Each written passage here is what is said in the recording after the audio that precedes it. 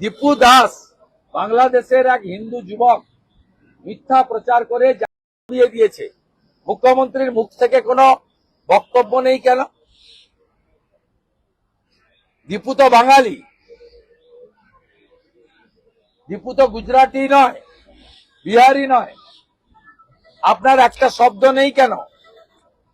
আপনি এখানে 50 মিনিট না 1 ঘন্টা মাঝে 20 মিনিট মাইক গন্ডগোল হয়েছিল, সেটাও ষড়যন্ত্র।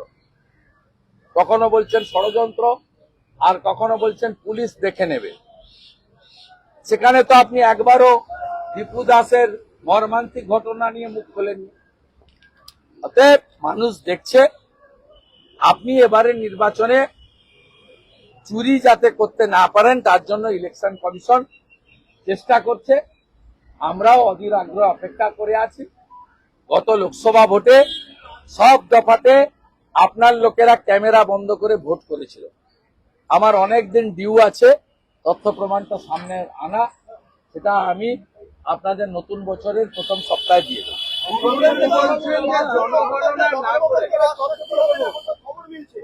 যদি তিনি রাজসাক্ষী হন তাহলে কি তৃণমূলের বিপদ আসন্ন? তৃণমূলের কি বিপদ আসন্ন? না, যদির উত্তর দেব না। রাজসাক্ষী হবেন? যদির উত্তর আমি দিতে পারবো না। হবেন কিনা উনি বলতে পারবেন, উনি বলতে পারবেন, আমি বলতে পারবো। আপনারা চেষ্টা করছেন, আপনারা মতুয়াদের মধ্যে টাকা দিয়ে বিভাজন করার চেষ্টা করছেন। মুখ্যমন্ত্রী এবং বলেছেন আপনারা বিজেপির কথা বিভ্রান্ত হবেন না। বিজেপি যা করে সবই টাকা দিয়ে, আর উনি যা করেন সবকিছু ভালোবাসা দিয়ে। উনার এই মিথ্যাচার অনেক মানুষ দেখেছে। উনি বরাবরই হিন্দুদের বিভক্ত করতে চান। উনি পাহাড়ে 11টা বোর্ড বানিয়েছেন নেপালিদের ভাগ করেন, Bhutia board, Lepcha board, Tamang board.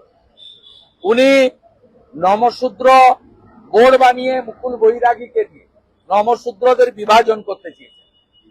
উনি বংশীবদন বর্মনকে দিয়ে ওখানে রাজবংশীদেরকে, সেখানে আবার একটা রাজবংশী বোর্ড বানানো, আবার কাকে বসিয়েছেন নতুন, এখন বংশীবাবু খারাপ হয়ে গেছে হয়তো। এইভাবে আপনি নানা জায়গায় হিন্দুদের ভাষার নামে, জাতের নামে ভাগ করতে চান, অথচ আপনি কখনো উর্দু স্পিকিং মুসলিম বলেন না, বাংলাভাষী মুসলিম বলেন না। তাদেরকে বলেন আপনারা মাইনরিটি, আপনারা মুসলিম, আপনারা সংখ্যালঘু। আর আমাদেরকে বলেন তুমি হিন্দিতে কথা বলো, তুমি বাঙালি নও, তুমি অসমিয়ায় কথা বলো, তুমি বাঙালি নও, তুমি গুজরাটি, তুমি বাহারি, বাইরের লোক। সব সময় সনাতনীদেরকে ভাষার নামে বিভক্ত করা, ব্রাহ্মণ, ক্ষত্রিয়, বৈশ্য, শূদ্র তার নামে বিভক্ত করা, এবং তফসিলি জাতি, তফসিলি উপজাতি তাদের মধ্যেও নানা ধরনের বোর্ড ইত্যাদি করে তাদেরকে বিভক্ত করা। কোথায় কোথায় বোর্ড বানানো, যে বোর্ডের না আছে অর্থ, না আছে কাজ করা। সম্প্রতি বাউরি বোর্ড করেছেন, আরো বোর্ড হয়তো করবেন। কুর্মী বোর্ড আগে করেছিলেন, কুর্মীদের কি হয়েছে? আপনি বরাবরই যারা রাষ্ট্রবাদী, যারা সনাতনী, তাদের বিভক্ত করতে চান ভাষার নামে, জাতের নামে। সেই জন্য এবারে আওয়াজ উঠেছে বাটনা মত, বাটেঙ্গে তো কাটেঙ্গে। এবারে কেউ বিভক্ত হবে না। ভাষার নামে, জাতের নামে আপনি বিভক্ত করতে পারবেন না। রামকৃষ্ণ মিশন, ভারত সেবাশ্রম, ইসকন, ঠাকুর অনুকূল চন্দ্র, ভিন্ন ভিন্ন পথ মত থাকলেও আমরা সবাই at the end of the day ভারতীয় এবং বৃহত্তর সনাতনী গোষ্ঠীর অংশ। আমরা ঐক্যবদ্ধভাবে আপনাকে সরাবো।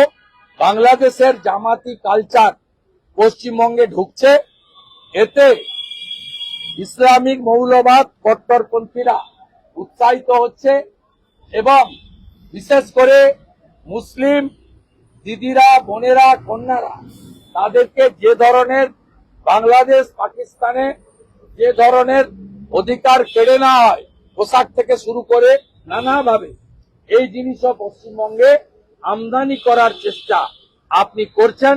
তাই আপনি মা কালীকে প্রিজন ভ্যানে তুলতে পর্যন্ত ছাড় দেননি। আর না, আমার বাংলাদেশ ডেপুটি হাই কমিশন। আপনাকে সরাসরি মমতা ব্যানার্জি নাম না করে বিজেপির খোকাবাবুর আবদার 1.5 কোটি নাম কেটে দিতে হবে। ইলেকশন কমিশন সেজন্য তৈরি করে চালাকি করছে। চালাকি করে কখনো মহৎ কাজ হয়? বক্তব্য। খোকা বাবু কাকে বলেছেন তো আমি জানি না। আমি তো খোকা নই। 55 বছর আমার হয়েছে 15ই ডিসেম্বর। 55 বছরের কোন লোককে খোকা বলা হয় না। কাকে বলেছেন আমার জানি না, জানা নেই। তবে আমি বাবু সোনার মতো নই, এটুকু বলতে পারি। শেষ প্রশ্ন, হুমায়ুন কবির শিশির অধিকারী, আজকে শিশির অধিকারীর নাম তুলে হুমায়ুন কবির তিনি বলছেন আপনার কথা বলে, যে বলেছে মুসলিম এমএলএদের ছুঁড়ে ফেলে দেবে ট্যাঙ্গোলা করে। আমি 70 মুসলিম হিন্দু নিয়ে যাবো বিধানসভায়।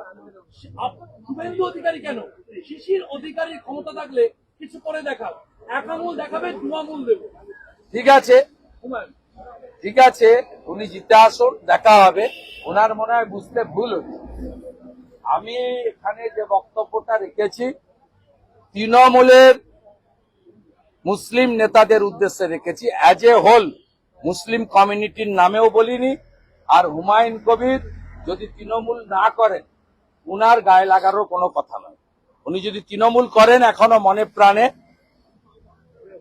উনি যদি মনে প্রাণে এখনো তৃণমূল করে থাকেন, মমতা ব্যানার্জির সঙ্গে কথা বলেই এইসব কাণ্ড কারখানা করে থাকেন, তার অর্থে যদি করে থাকেন, আইপ্যাকের বুদ্ধিতে যদি করে থাকেন, তাহলে উনি এই হিসাবের মধ্যে পড়েন। আমার বক্তব্য ছিল খুব পরিষ্কার, অ্যাজ এ হোল মুসলিম কমিউনিটিকে আমি বলিনি। আপনি আমার আগের বক্তব্য আবার দেখে নিন।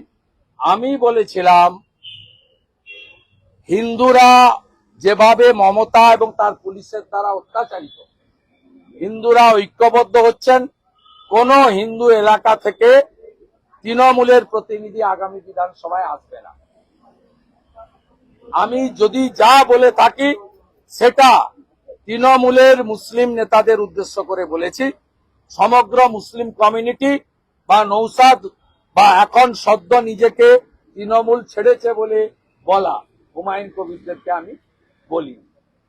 অর্থাৎ আমি আবারও বলি, তৃণমূল মুসলিমদের একটা ক্ষুদ্র অংশকে তাদেরকে ব্যবহার করছে, গুন্ডাতে পরিণত করেছে এবং তাদেরকে দিয়ে ভোট লুট থেকে, অর্থ লুট থেকে সবকিছু কাজই এই তৃণমূলের মুসলিম নেতারা করছেন।